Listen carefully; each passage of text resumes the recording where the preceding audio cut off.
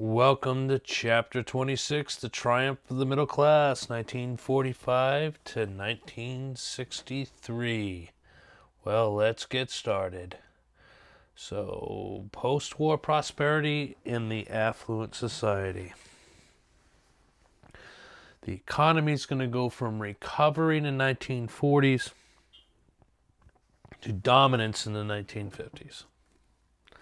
First, we need to look at the Bretton Woods system that I mentioned previously when looking at the Atlantic Charter and free trade, and this is the economic system that's going to be put together.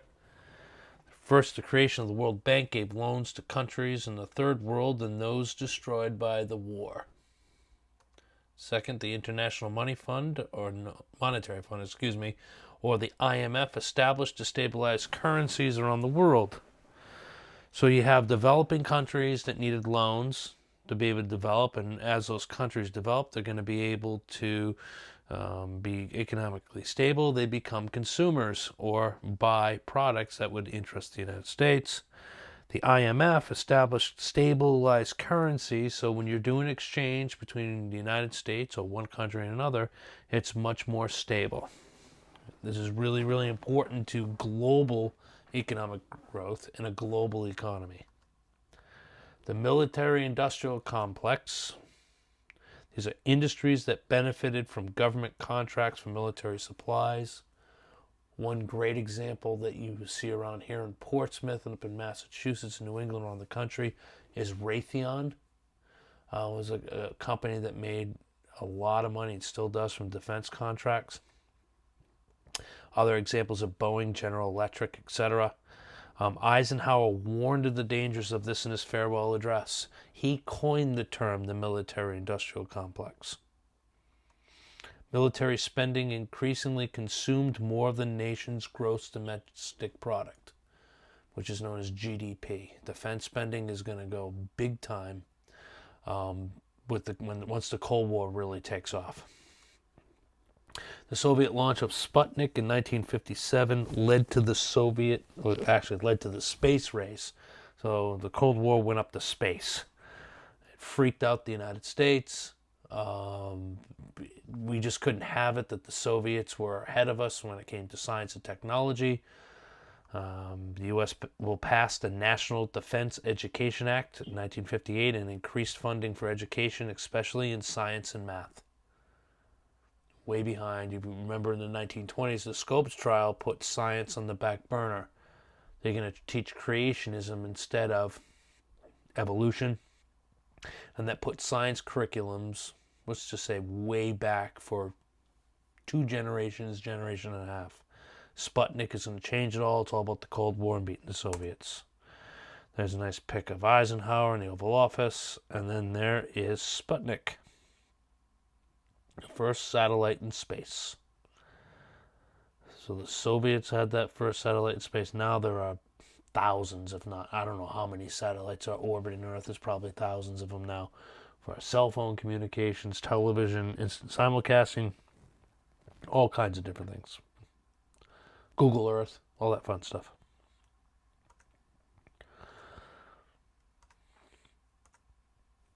Corporate power.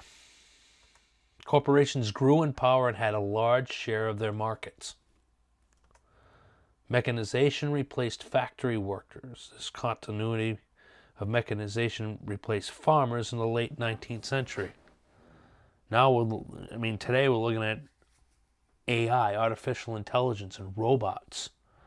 So there's always going, with technological advances, it's always going to put a threat to human work. So if you look at mechanization, you look at factory workers. In the 19th century, it replaced agricultural workers, and maybe we're looking in the 21st century, they are going to replace a lot of white-collar workers making decisions, learning and making decisions. It gets more and more scary. The economic record, the affluent society argued that the poor were not the focus of politicians and economists. There's another book here. The Other America, which you see on the right by Michael Harrington, focused on the poor in America.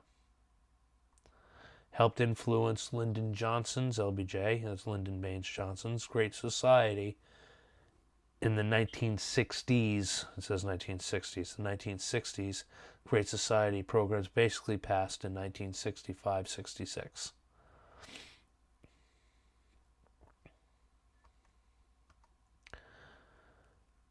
The United States is going to become a nation of consumers. The 1950s can be compared to the 1920s with new consumer products, new media, which would be television. In the 1920s, it was the radio, and mass consumption of products from top to bottom. Also, very important for this post-war boom would be the GI Bill. It provided education opportunities for returning soldiers. Over 7 million veterans attended college or trade schools in the 1950s, and which yielded a higher paying workforce. The Veterans Administration provided home loans for veterans. If you look at that alone, not only the Veterans Administration, but the Fair Housing Act, the amount of houses that are going to be built in the 1950s is going to be astronomical. All these Levitt towns, we'll get to that in a minute, and some of these other types of projects, that people were able to get loans with like 5% down, or if you're a veteran, with a $1 down. Trade unions. Union membership increased in the 1940s and income rose for many workers in the 1950s.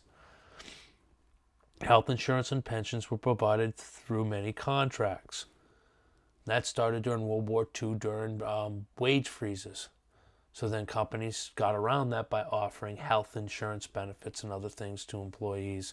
And that stayed and continued to stay after the war. And there's a Department of Veterans Affairs.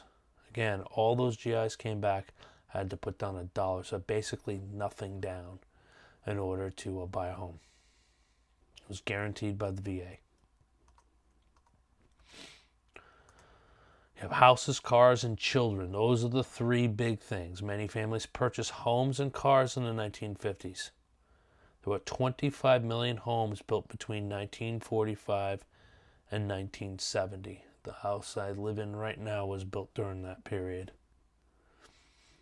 I think it was built in 1965.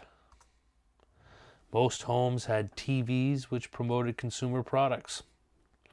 Commercials. Our favorite commercials. The 15-second, the 30-second ad, the 1-minute ad, or this show is sponsored by such and such. It's fun.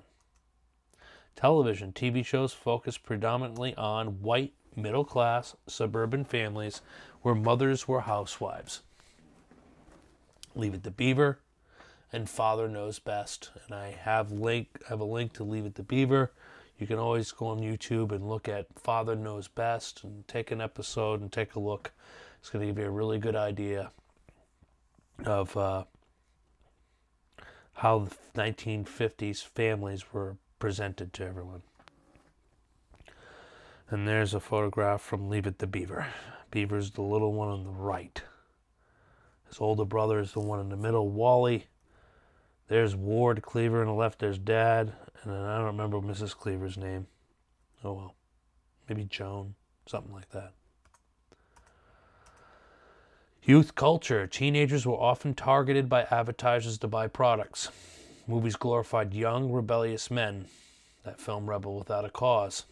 And James Dean, that whole personification of rebellious men. Rock and roll. Alan Freed played race records over Cleveland Airways, and he eventually went to New York. Some of Elvis Presley's songs were covers of black artists. Actually, the first song that broke was. So a little bit more about that. Alan Freed was not the only person to play race records. He coined it as rock and roll when he was in Cleveland. Then he moved and he had this Moondog rock and roll radio show, and then that moved to New York and became really popular. And at the same time, Elvis Presley was the first white artist to really break through with these so-called race records. You had a young white kid that could basically sing the way African Americans do. That's the way rock and roll and African American type of forms was able to come through. So there's a lot more to this than what you see in the chapter. If you have any questions, I got more than enough stuff for you to look at with that. But when you look at these songs with covers of black artists, what rock and roll was able to do is to bring black and white culture together. It was actually a uniting force. Elvis used to go to sneak to black churches without his family and friends knowing, so he can listen to the hymns and gospel music to get ideas on how to sing and how to perform music. When he first started to break, he was told, hey, change your clothes, because he looked like a country artist. So what did he do? He went to Beale Street in Memphis and he bought African American clothes that what black artists would wear. So that's one of the ways he, not just the music, but the dress and everything else. Cultural dissenters, you have the Beats, the Beatniks, or the Beat generation. These were writers that criticized middle-class values and culture. Similar to the lost generation of the 1920s, like F. Scott Fitzgerald. Some of the writers of the Beats and Beatniks would be the book On the Road, Jack Kerouac, the poet Allen Ginsberg, quite a few different poets and artists of its time. There it is, Jack Kerouac, On the Road. There's a pic of Elvis early on. That's from, I believe, from the Jailhouse Rock film. And then there's Jack Kerouac when he was arrested, one of many times.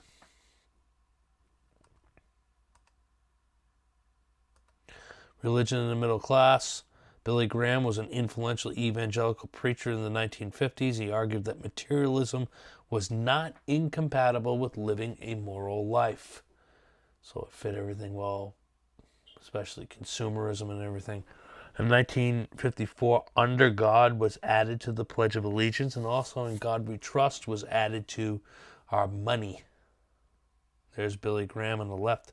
He's still alive. He's like 94, maybe older than that, 95. His son, Franklin Graham, does the same of what his father did. And Franklin Graham has given prayers and stuff at presidential inaugurations. So he was at President Obama's in 2009. I'm not sure if he was at President Trump's in 2017. Not too sure. And there's a news article of Under God being inserted in the Pledge of Allegiance on June the 14th of 1954. The baby boom. 1945 to 1964. There'd be a drop in divorces. And what was the impact of the baby boom? A tighter job market in the 1970s. Healthcare and Social Security issues today. So let's talk about this for a second. Within that same period of time with the baby boom, the birth control pill became available to women also. But during that time, the birth rate went up a whole child per average. I think in the 1930s it was about 2.4 kids per family.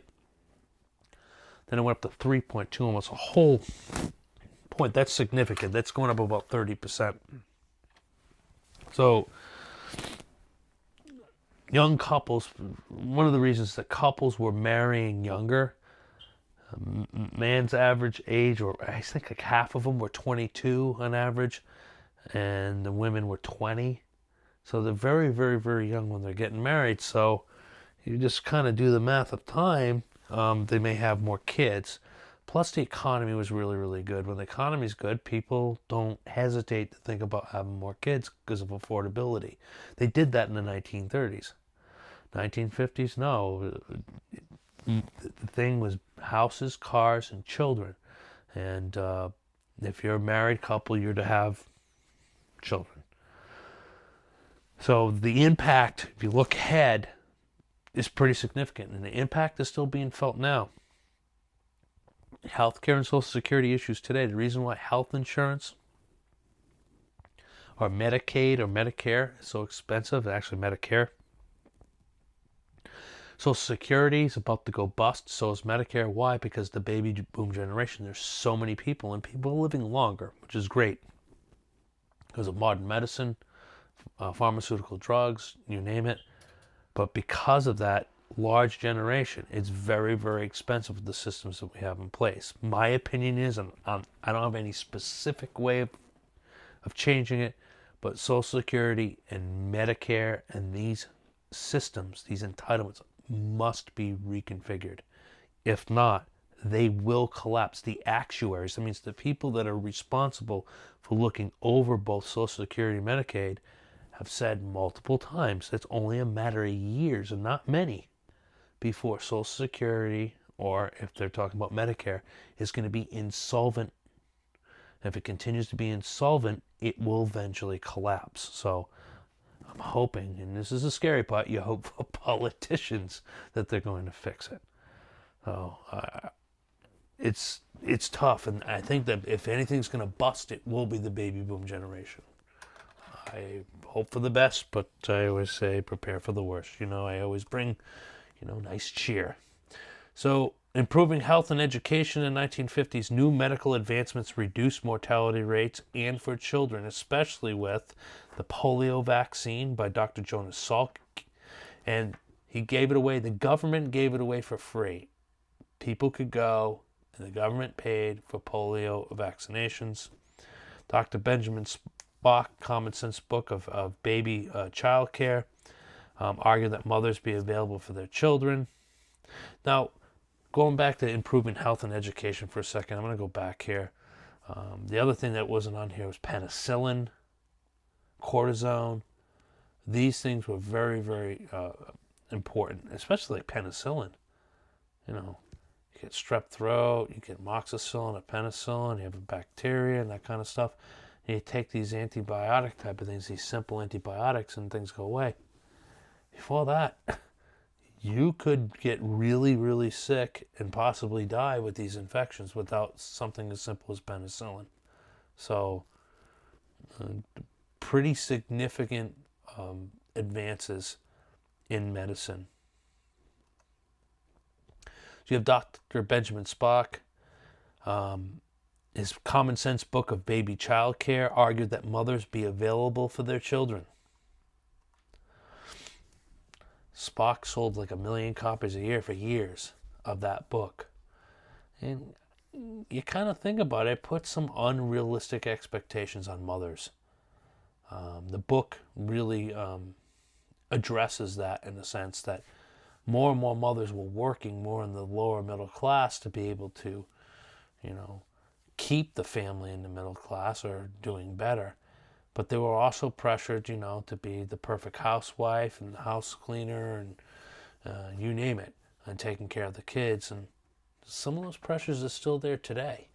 Well, now we expect women can do everything all the time. And I just think we're expecting way, way, way too much overall. So that's my opinion. So women, work, and family. The expectation, what was the expectation of middle-class women in the 1950s? Already kind of alluded to it. Raise children, clean the house, and cook. This cult of domesticity that I'm sure you remembered from when we looked at the 19th century at the start of the Industrial Revolution. More women began working to help provide for families. Most jobs included nurses, receptionists, etc., teachers, things of that sort. Women were paid less than men. They said the rate was about probably 60% of what men would get. Also, challenging middle-class morality was a person named Alfred Kinsley, who researched sexual practices of Americans. Americans were much more sexually active than most believed. I think he said 85% of men had premarital sex, 25% of women had affairs outside of their marriage. There was some other numbers there too. Also, Kinsley revealed that homosexuality was more common than believed, especially among men. And around that time in the 50s, what historians call the homophile movement, where gay men and lesbians will start to organize, and they'll start to actually speak for their rights, slowly then. It will really start to take off in the late 60s with the Stonewall riots of 1969. We'll look a little bit more at that a couple chapters from now. And that's when the gay rights movement will begin with the Stonewall riots in Greenwich Village, New York. Also, there's a concern about how media is affecting children in particular. Fear that the comic books encourage crime among youth. Well, I mean, you can look at all that. In the 80s, it was rock music. In the 90s, it was rap music. In the 2000s, it was video games. And, you know, there's always types of things that encourage crime or violence and that kind of stuff among youth. Now it's social media, and, you know, there's always going to be stuff that have to do with media and morality and what's right and what's wrong. So it was comic books in the 50s. Also, the magazine Playboy was founded in 1953. It challenged societal norms, particularly about sex and sexuality. The whole idea of this playboy like Hugh Hefner, the young, well-to-do man that is going to be playing around with all kinds of women. Well, the reality was that wasn't happening. Men might have, I guess, what the book said, fantasized about it by reading the magazine, but they were married and in strong relationships, and so the post-war housing boom was big. 1 out of 3 Americans lived in the suburbs by 1960, was an enormous shift. What aided that? Cars and highways. Without the automobile, the suburbs wouldn't happen, wouldn't make any sense. And William Levitt is going to introduce the mass production of houses known as Levitt towns, and predominantly in New Jersey, Pennsylvania, and New York is where you would have William Levitt would build these neighborhoods. They were cheap houses with similar styles, excluded African Americans, unfortunately. I think the house sold for just under $8,000, $7,995. If you bought it straight from Levitt without an FHA loan, you have to put half down and then pay the rest in 10 years. We're going to look at FHA, Federal Housing Administration, where you can put as low as 3 to 5% down and pay over 30 years. Okay, so little money down. If you went directly to Levitt, you have to put down half. Well, a lot of people didn't have half. Under the FHA, 3 to 5% down, low interest rates. It helped increase homeownership drastically. And then despite a Supreme Court ruling, racial discrimination in housing persisted. They just, it's not available now. And the system did a lot of things still to discriminate. It's unfortunate. The interstate highways were created. The interstate highway system, the National Interstate Defense Highways Act, created under the Eisenhower administration. It's known as the Eisenhower Highway System. Over 42,000 miles of highways. And one of the ways they sold this for Congress to support is like $10 billion, which was an enormous amount of money at that time. Said it would aid in a nuclear attack, that people would be able to jump in their cars and get away from where a nuclear weapon was coming. So you'd be able to jump on the highway and get away. It's one of the ways they were able to sell the bill. Led to the growth of hotel and fast food industries throughout the U.S. Because people are going to travel quite a bit on these highway systems. I'm sure many of you, if you're listening to this, might be traveling this week possibly on the highway system. Fast food and shopping malls. Ray Kroc purchased McDonald's from the McDonald brothers and used the Taylorism techniques to mass produce hamburgers. He's not the founder. Well, I guess he's the founder of the system of McDonald's franchises, but it was a franchise that was started by the McDonald brothers, and then Ray Kroc took it to the stratosphere. And so there's the highway system, and then, there's McDonald's. Just had to put it in there. Just, I'm not a big McDonald's fan per se, but, it's fun. Nice logo. So the rise of the Sun Belt. Well, what is the Sun Belt? States located in the south and southwest portion of the United States. Florida, Alabama, Mississippi, and Louisiana, not so much because that's the deep south. Then you have Texas, New Mexico, Arizona. I guess you can add, obviously, California, Nevada, and I guess Colorado to a point. Industries blossomed, especially military bases, warm weather, and low taxes. So in California, you had a lot of military bases in California, but you also had an enormous expansion of industry and technology in California for the military and for high tech. A lot of military bases throughout the country within the Sun Belt because it was easier to be able to train all different maneuvers and things of that sort if you were in the Southwest in particular. A trend since World War II is an increase in population in the Sun Belt states. You look at baseball teams. You had the storied Brooklyn Dodgers moved to Los Angeles in the 1950s. You had the storied New York baseball Giants moved to San Francisco in the 1950s. Your expansion of football and all sports in the 50s and 60s, all the expansion was out west. There's a big movement out there. Again, warmer weather, lower taxes. So you have these two societies that are going to start, rising up here. As many whites move to the suburbs, often referred to as white flight. African Americans moved to cities in large numbers. The Kerner Commission, the government commission that stated the country is moving towards two societies, one black, one white, separate and unequal. I believe that's Kerner right there. Urban crisis. Many African Americans that lived in the cities lived in old apartment buildings and received low-paying jobs. Industrial jobs are going to start to become more and more less paying because the technology boom in the 1950s and 60s with the defense industry are going to go out west or go into the suburbs. Also, as whites left the cities, African Americans would come in and the housing stock was a lot older. And it was starting to decay. A lot of the city infrastructure was starting to decay, a lot of these cities. So there's going to be this urban renewal push to destroy old buildings and build new ones.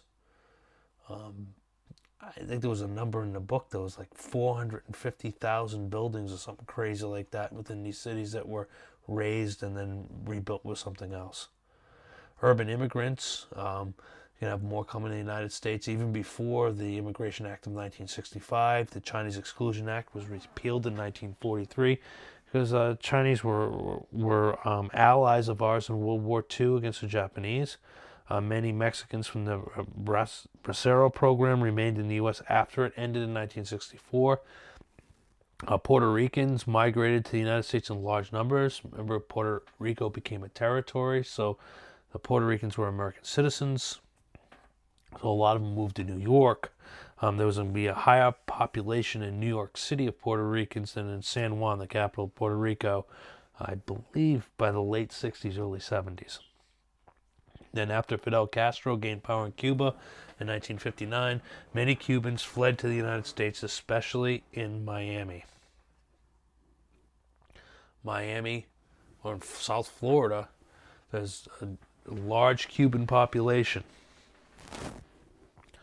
And in Florida, Cubans vote differently than other Latinos. Most Latinos in the country vote heavily Democratic. Cuban Americans vote Republican. I wouldn't say heavily anymore, but still within a majority vote Republican, especially older Cubans. New generation of Cubans, not so much.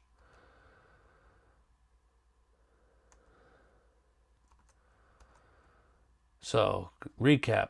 The military-industrial complex, this is in the new standards as of last year or the year before. The affluent America, the GI Bill, the beatniks, similar to Lost Generation. And we did a little bit on that even more so. The short-term and long-term impacts of the baby boom generation, the 1950s family and the role of women, Levittown and the Federal Housing Administration, the Interstate Highway Act, and how that impacted the economy and life in general, growth of the Sun Belt and why that happened and how important that was, and white flight and its impact on cities. These are all the things that you need to look at in the chapter. Also notice that this chapter and the previous chapter 25 are very much interrelated. The book divided them because one focused more on the Cold War and this more focuses on the expansion of the middle class, but they have to be looked at together. Notice a lot of the stuff that you saw here were kind of not rehashed, but looking at the same stuff in a different way.